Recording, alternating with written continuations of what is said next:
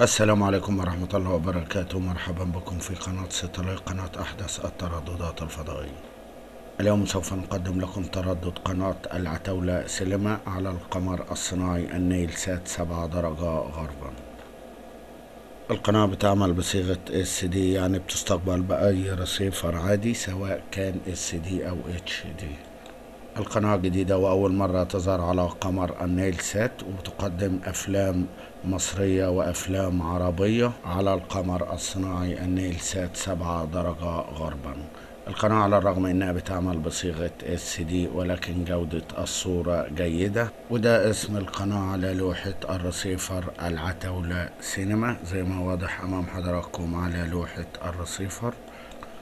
القناة بتقدم أفلام جديدة وقديمة، أفلام مصرية وعربية وخليجية، أيضا بتقدم أفلام كوميديا وأفلام أكشن وأفلام بوليسية وأفلام بالأبيض والأسود على القمر الصناعي النيل سات. على تردد القناة بتعمل على التردد 10815، معدل الترميز 27500، الاستقطاب أفقي، معامل تصحيح الخطأ 3/4. معرفة الصوت والصورة للقناة: معرفة الصورة 770، معرفة الصوت 1026، معدل الBCR 770.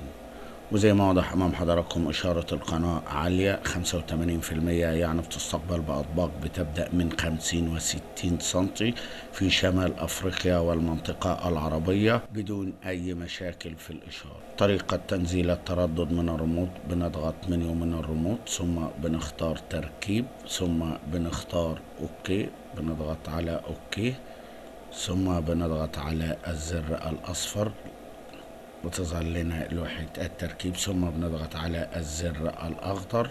بندخل في خانة التردد 10815 وفي معدل الترميز 27500، وبنختار من خانة الاستقطاب أفقي، ثم بنضغط على الزر الأحمر بتظهر لنا اللوحة ديت. بنختار حر مجاني، ثم بنختار منوال اسكان، ثم بنفتح النتورك شبكة البحث أو تغلقها في التردد الواحد عادي، ثم بنضغط أوكي.